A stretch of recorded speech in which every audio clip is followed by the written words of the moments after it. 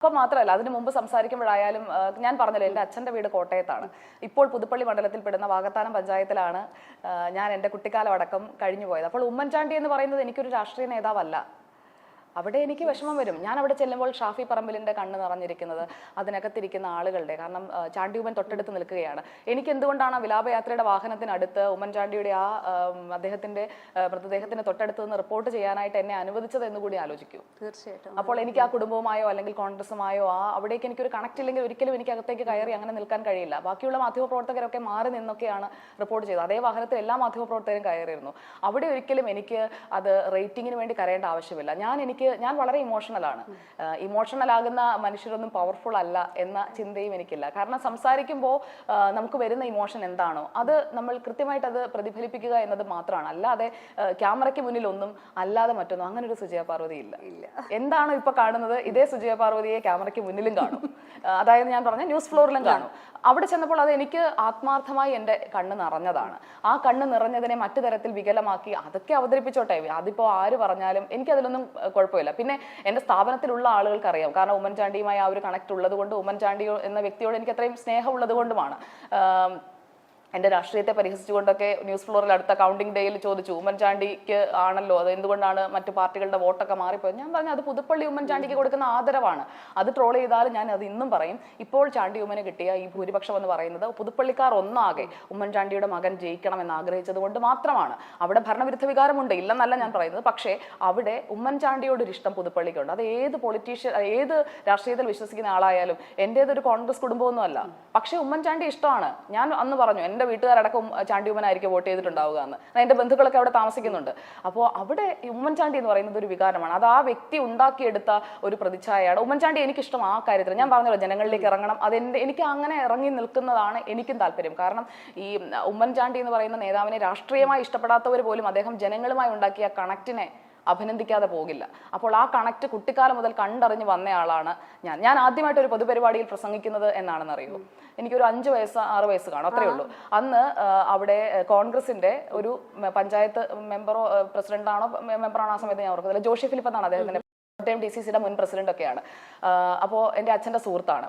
അപ്പോൾ പറഞ്ഞു കുഞ്ഞിനെ ഒന്ന് പ്രസംഗിക്കാൻ എന്ന് പറഞ്ഞ് അങ്ങനെ എന്നെ വീട്ടിൽ നിന്ന് വിളിച്ചോണ്ട് പോവാണ്. അപ്പോൾ അവിടെ പോയി നിന്ന് ഈ പൊതുയോഗത്തിൽ പ്രസംഗിക്കുമ്പോൾ എനിക്കിത് എന്താണെന്ന് അറിയില്ല. ഇപ്പോൾ ഈ പുതുപ്പള്ളി ഉപതെരഞ്ഞെടുപ്പിന് ചെന്നപ്പോൾ വീണ്ടും ജോഷി ഫിലിപ്പിനെ കണ്ടപ്പോഴേക്കുമാണ് ജോഷി ചേട്ടൻ പറയുന്നത് അന്ന് എടുത്തോണ്ട് പോയി പ്രസംഗിപ്പിച്ച ആളാണ് ഇവിടെ വന്നിപ്പോൾ എന്നോട് ചോദ്യം ചോദിക്കുന്നത്. അപ്പോൾ അതെന്ന് പറഞ്ഞാൽ അത് എൻ്റെ ആ നാടുമായുള്ള ബന്ധമാണ്, അല്ലെങ്കിൽ അവിടുത്തെ കോൺഗ്രസ്സുകാർ. അപ്പോൾ ജോഷി ഫിലിപ്പ് എന്ന നേതാവിന് ഇന്നും എന്നോട് ആ കുട്ടി എന്നുള്ളൊരു കരുതലുണ്ടെങ്കിൽ ഉമ്മൻചാണ്ടി എന്ന വ്യക്തി മരിക്കുമ്പോൾ എനിക്ക് ആ സങ്കടം വന്നില്ലെങ്കിൽ ഞാൻ മനുഷ്യനല്ല. ഉമ്മൻചാണ്ടി എന്ന വ്യക്തിയെ ഞാൻ ഇന്നും സ്നേഹിക്കുന്നുണ്ട്. അത് ഇപ്പോൾ ചാണ്ടിയുമ്മനെയോ അച്ചുമ്മനെയോ ഒക്കെ മാധ്യമങ്ങളൊക്കെ വിമർശിക്കുമായിരിക്കും, അല്ലെങ്കിൽ അവരെ എടുത്ത് ട്രോളുമായിരിക്കും. പക്ഷേ ഞാൻ കണ്ടുവന്ന ഉമ്മൻചാണ്ടിയെ എനിക്ക് അങ്ങനെ പറയാൻ കഴിയില്ല. അതുകൊണ്ട് തന്നെ ഇപ്പോൾ അദ്ദേഹത്തിനെതിരെയുള്ള ആരോപണങ്ങൾ, അതിപ്പോൾ CBI റിപ്പോർട്ടൊക്കെ വന്നല്ലോ, അത് മീറ്റ് എഡിറ്റേഴ്സിൽ ചർച്ച ചെയ്തപ്പോഴേക്കും ഞാൻ ഉമ്മൻചാണ്ടിക്ക് വേണ്ടി ഇരുന്ന് വാദിക്കുന്നതും കണ്ടു കാണുമല്ലോ.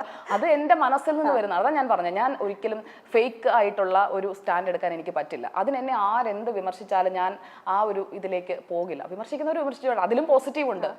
അന്ന് എനിക്ക് സങ്കടം വന്നിട്ട് കരഞ്ഞതാണ്, അല്ലാതെ അങ്ങനെ എനിക്ക് സങ്കടം വരാതെ ഇപ്പൊ ഞാനത് പറയുമ്പോൾ പോലും എൻ്റെ നേരത്തെ ടോണിൽ നിന്ന് മാറിയിട്ടാണ്. അത് എനിക്ക് അങ്ങനെ, ഞാനൊരു അഭിനേതാവല്ല, ഞാനൊരു മോഹൻലാലോ മമ്മൂട്ടിയോ ഒന്നും അല്ലല്ലോ. അപ്പോൾ അതെന്ന് പറയുന്നത് നമുക്ക് സ്വാഭാവികം വരുന്നതാണ്. അപ്പോൾ നമ്മുടെ മനസ്സിൽ നിന്നാണ് നമ്മൾ സംസാരിക്കുന്നതെങ്കിൽ അത് കണ്ടിരിക്കുന്ന ആൾക്ക് മനസ്സിലാവും.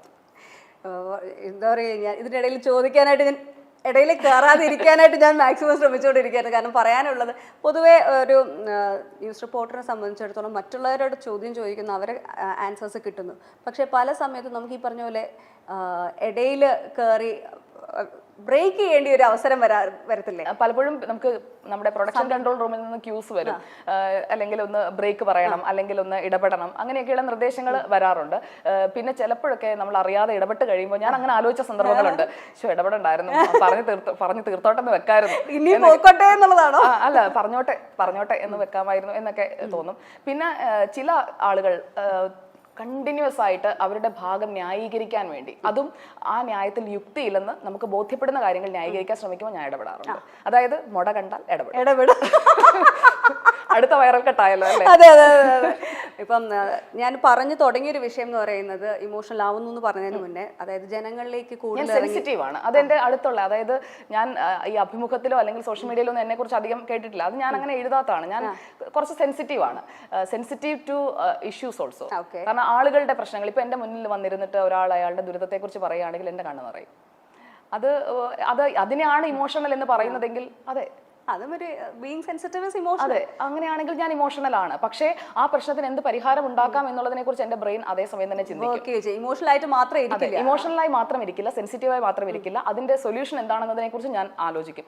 ഈ കരച്ചിൽ മാത്രമല്ല കേട്ടോ, എനിക്ക് നല്ലപോലെ ദേഷ്യവും വരാറുണ്ട്. സെൻസിറ്റീവ് അത് മറ്റേ മമ്മൂട്ടിയുടെ ഡയലോഗ് ഞാൻ പറയാൻ വേണ്ടിയല്ലേ?